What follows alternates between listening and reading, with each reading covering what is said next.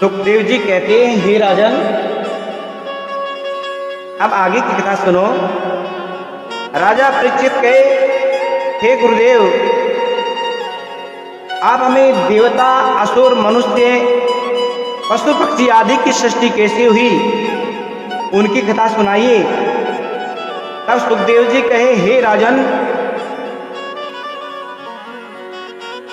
प्राचीन वर्रे के 10 बेटा हुए जिनका नाम प्रचेतागण था।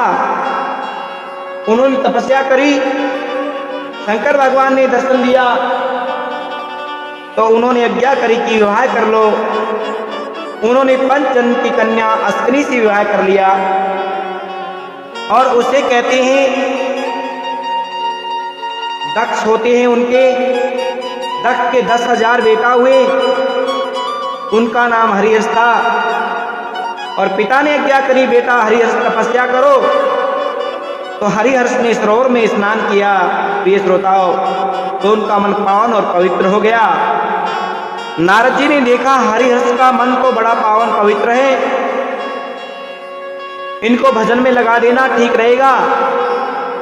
यही नारद जी ने उनको ऐसा ज्ञान दिया, ऐसा ज्ञान सुनाया कि 10,000 पुत्र राजा दक्ष के बाबा जी बन जाते हैं।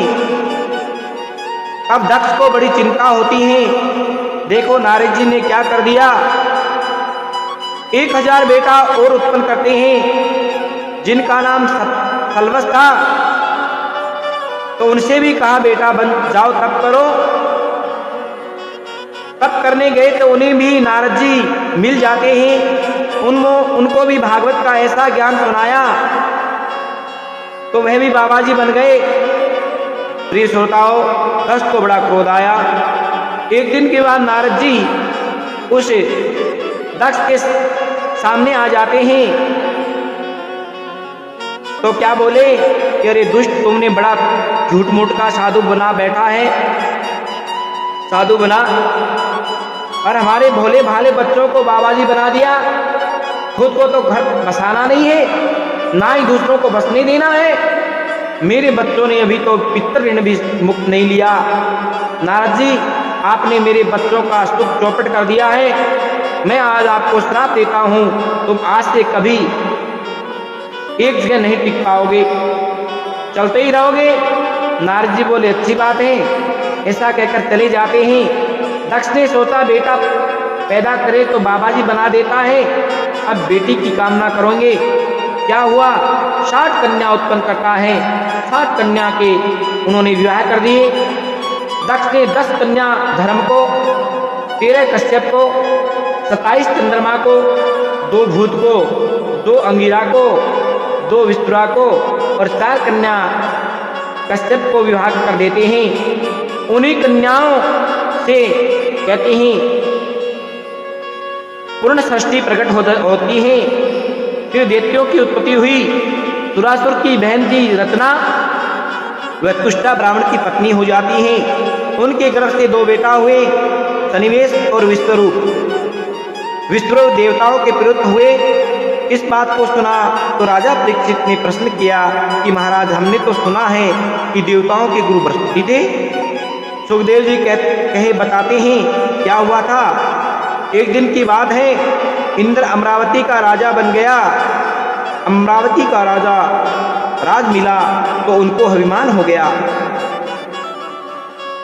किंतु मोहवश बुझी सुरेशा आपन गुरु दिज तनक न देखा। त्रिकालक के लक्ष्य अभिमाना, फिरे भवन निज अति दुख माना। एक दिन सभा लगी हुई थी, अप्सरा नाच गा रही थी। अचानक सभा में गुरुजी प्रकट हुए। उठ करके इंद्र के ने प्रणाम नहीं किया। अगर पूजा पाठ ध्यान कर रहे हो, संत ब्राह्मण गौ माता और माता पिता कोई बड़ा आ जाए तो सब छोड़ करके उनका सम्मान आदर करना ही चाहिए। प्रणाम करो। परमात्मा उतने प्रसन्न पूजा से नहीं होते जितने प्रसन्न संत गौ ब्राह्मण बड़ों की सेवा से होते हैं। उनकी सेवा पहले होनी ही चाहिए। लेकिन इंद्र ने अपने गुरु का अपमान कर दिया। गुरुजी अपनी कुटिया पर लौट गए। प्रिय श्रोताओं, गुरु उन कह जब आवत जाना, तुरंत है ते में अंतर ध्याना। और भगवान बृहस्पति नाराज होकर के अंतर ध्यान हो जाते हैं। सारे देवता घबरा गए। असुरों ने मौका देखा, आक्रमण कर देते हैं। देवता दौड़े दौड़े ब्रह्मा के पास गए। ब्रह्मा जी कहे, गुरु माता पिता गौ का अपमान करने वाले का भला कभी नहीं हो सकता। गुरु के अपमान के कारण ये दिन देखना पड़ा। अब तो एक ही उपाय है देवताओं, तुष्टा के पुत्र विश्वरूप को अपना पुरोहित बना करके युद्ध करो। देवताओं ने प्रार्थना करी। तुष्टोपास हर्षि तब जाई, कह सुजान सुरपति सिरुनाई। होई सुर नहीं उपरोहित नाथा, अमरावती कहे करई सनाथा। आप हमारे पुरोहित का काम संभालें। विश्वरूप कहते हैं ये काम अच्छा नहीं होता, लेकिन धर्म की रक्षा के लिए स्वीकार करना चाहिए, जरूरी है। पुरोहित बन जाते हैं और उसके बाद विश्वरूप ने इंद्र को नारायण कवच की शिक्षा दीक्षा देते हैं। विश्वरूप लायक सुत मोरा, करव तही उपरोहित तोरा। विश्वरूप तब तई हरसाई, जिन्हें अकट रही कवच सिकाई। जय प्रताप रनुमाज पुरंदर, जीते असुर प्रचंड भयंकर। नारायण कवच का पाठ कहते हैं, सिखाते हैं। ये नारायण किसे कहते हैं, इसे क्या होता है पता है आपको? बताते हैं। नारायण कवच घर में बैठ करके सिद्ध किया जाए तो घर में अकाल मृत्यु नहीं होती। प्रिय श्रोताओ, भूत प्रेत पिशाच असुर उनके पास नहीं भटकते, हिंसक जीवों से भय नहीं रहता। सज्जनों, रोजाना अपने घर में नारायण कवच का पाठ करना ही चाहिए। विश्वरूप ने नारायण कवच इंद्र को दिया। इंद्र ने उसके बाद युद्ध किया। देवताओं की विजय होती है, असुर अपराजित हो गए।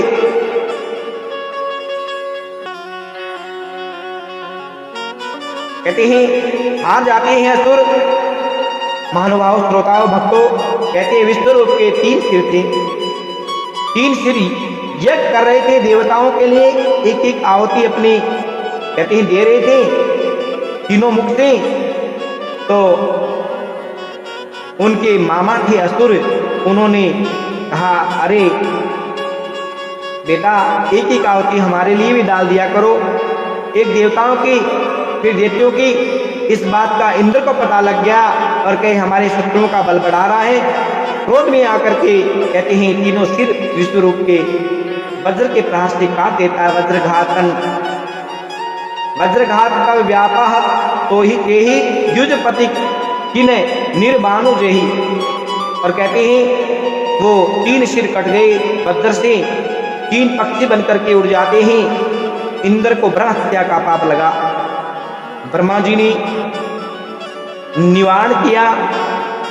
एक गोरैया, एक तीतर, एक पपैया।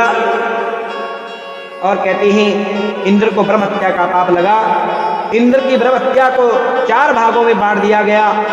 जल, पृथ्वी, वृक्ष और स्त्री को दे दिया।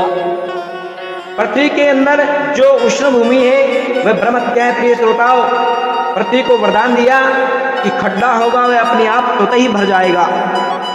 जल के अंदर जो काई आती है वह ब्रह्म हत्या है। जल को वरदान दिया कि तुम बढ़ते रहोगे।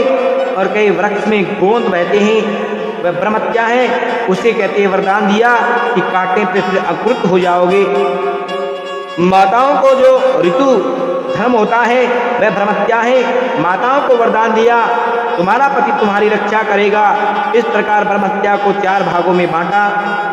अपने पुत्र विश्वरूप की मृत्यु से तुष्टा बड़ा क्रोधित हो जाता है। उन्होंने इंद्र को मारने वाला पुत्र की कामना करता है। उन्हें उपजानते ही करी जागा, तनुज एक सुर हित दुर्भागा।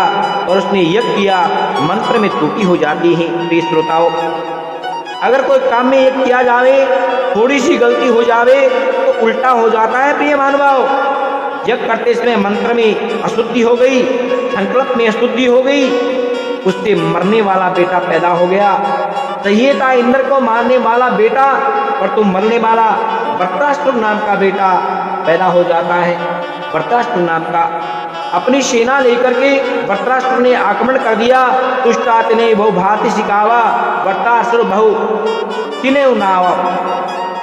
और कहते हैं सारे देवताओं ने भगवान की प्रार्थना करी। परमात्मा नारायण प्रकट हो जाते हैं और बोले, देवताओं, वृत्रासुर ऐसे नहीं मरेगा, इसको मारने का एक ही उपाय है, आप दधीचि ऋषि के पास चले जाओ और दधीचि ऋषि की हड्डियां लेकर के आओ, उनका वज्र बनाओ, तो उससे ही वृत्रासुर मर सकता है। देवता दौड़े दौड़े दधीचि ऋषि के आश्रम में आ जाते हैं। एक बात बताते हैं, याद रखना, देवता दधीचि ऋषि के पास क्यों गए? क्यों गए जी? एक दिन की बात, देवताओं के ऊपर संकट आ गया था, सारे अस्त्र शस्त्र लेकर के भागे, दधीचि ऋषि के आश्रम में छिपा देते हैं और कहीं बाद में ले जाएंगे, बाद में लेने नहीं आए, क्या पता, याद नहीं रहा। ऋषि ने सोचा कौन इनकी रखवाली करेगा, सब अस्त्र शस्त्रों को पत्थर पे घिस करके पी जाते हैं। देवता बोले, हम पर संकट आया है, आप कृपा करके आपका हड्डियां हमें दे दो, हमारी अमरावती देश की आप रक्षा करो। धर्म की रक्षा के लिए मोरध्वज ने अपने पुत्र को काटकर सिंह को डाल दिया था। एक दिन मरना तो है ही, मरे तो धर्म की रक्षा करते हुए, ये देश की गोमाता की संस्कृति की रक्षा करते हुए अपने प्राणों को छोड़े तो उससे वीर गति की प्राप्ति होती है। राजा हरिश्चंद्र जैसे सत्यवादी हुए, उन्होंने धर्म की रक्षा के लिए क्या किया, अपना राजपाट रानी पुत्र का भी त्याग किया, वचन की लाज रखने के लिए वो धर्मात्मा भी कहलाए। और क्या हम कभी धर्मात्मा कहलाएंगे? हम सब तो छोड़ते ही जा रहे हैं। आज सिका सूत्र धोती हम नहीं रखते, वेशभूषा बदल दी है, विदेशी वेशभूषा में आ गए हैं। हमारी भारतीय संस्कृति इतनी उत्तम है प्रिय श्रोताओं, हमारी संस्कृति के अनुसार जिए तो कल्याण हो जाता है। अरे राम राम राम, हम छोड़ रहे हैं, विदेश वाले हमारी संस्कृति अपना रहे हैं। उनको देखो, सिका सूत्र साड़ी सब पहनने लग गए हैं और आज हम लोग इनकी संस्कृति पकड़ रहे हैं। भाइयों की बात क्या है, माताओं बहनों को देखो, जींस पैंट में पहनती हैं, पर हमारा धर्म तो यही कहता है प्रिय श्रोताओं, भारतीय संस्कृति तो कहती है सिका सूत्र रखो, गाय संत ब्राह्मण माता पिता की सेवा करो, संस्कारम वेदो मृतः, संस्कार वेद से उत्पन्न होता है और ये भारतीय संस्कृति है, इनकी रक्षा करना हम सबका धर्म है, हम सबका धर्म है। और धर्म तो कहता है धर्म रक्षति रक्षता धर्म हन्ति हन्तः, कहे जो मेरी रक्षा करेगा मैं उनकी रक्षा करूंगा, जो मुझे मिटाने की कोशिश करेगा उसे मैं समूल मिटा देता हूँ। इसलिए महानुभावों, प्रिय श्रोताओं, मित्रों, हमारे देश की संस्कृति की रक्षा करो। संत कहते हैं, दधीचि ऋषि ने विचार किया, शरीर तो एक दिन जाना ही है, जाएगा भैया। इस शरीर की 3 अवस्था होती हैं प्रिय श्रोताओं, मृत्यु के बाद अग्नि में जला दे राख बन जाता है, जंगल में डाले पशु खा जाए तो विष्ठा बन जाता है, मिट्टी में दबा दे तो कीड़े बन जाता है। कई दधीचि ने अपने को समाधिस्थ कर दिया और प्राणों को 10वें द्वार से निकाल करके शरीर छोड़ देते हैं। देवताओं ने उनकी हड्डियों को लेकर अस्त्र शस्त्र बना लिए, फिर वृत्रासुर के साथ युद्ध किया। वृत्रासुर ने देखा मेरे को मरने का उपाय श्री नारायण ने बताया है, तो बताएगा कौन, परंतु युद्ध करते हुए वे परमात्मा आप मुझे चरणों की भक्ति देना, मरने से पहले यही प्रार्थना करता हूँ, मैं आपको छोड़कर ब्रह्मलोक सुरलोक अन्य लोकों में नहीं जाना चाहता। ये कौन कह रहा है प्रिय श्रोताओं? पता है आपको, वृत्रासुर यानी असुर कह रहा है, यहाँ तक कि मोक्ष भी नहीं चाहता। जैसे पक्षियों के बच्चे जो बिना पंख के घोंसलों में बैठे देखते हैं मेरी माँ आएगी हमें चून देगी, उनका मन माँ की तरफ लगा रहता है, उसी प्रकार मेरा मन हे परमात्मा आप में लगा रहे। ऐसी स्तुति करते करते वृत्रासुर आज युद्ध कर रहा है प्रिय बंधुओं। एक बार तो महाराज वृत्रासुर सारी सेना ऐरावत हाथी सहित इंद्र को अपने पेट में निगल जाता है, परंतु नारायण कवच के प्रभाव से उनकी मृत्यु नहीं हुई। कहते हैं उसकी कोख को फाड़ करके बाहर आ जाते हैं और फिर युद्ध करने लगे। लड़ाई लड़ते लड़ते लड़ते इंद्र ने क्या किया, वज्र घुमाया, घुमाते घुमाते वृत्रासुर के सिर के ऊपर मारे। वृत्रासुर नाम का असुर मर जाता है। सारे देवता जोर जोर से दुंबिया बजाते हैं और फूलों की वर्षा करते हैं। बोले भागवत महापुराण की।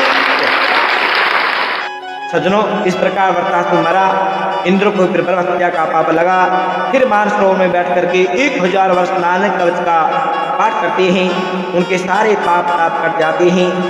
फिर इंद्र अमरावती चले जाते हैं। फिर राजा परीक्षित ने सुखदेव मुनि के एक प्रश्न करते हैं कि महाराज, वृत्रासुर तो तमोगुणी था, तो मरते समय भक्ति कैसे मांगी? भक्ति मांगता है, ये समझ में नहीं आती। सुखदेव जी के राजन ध्यान से सुनो।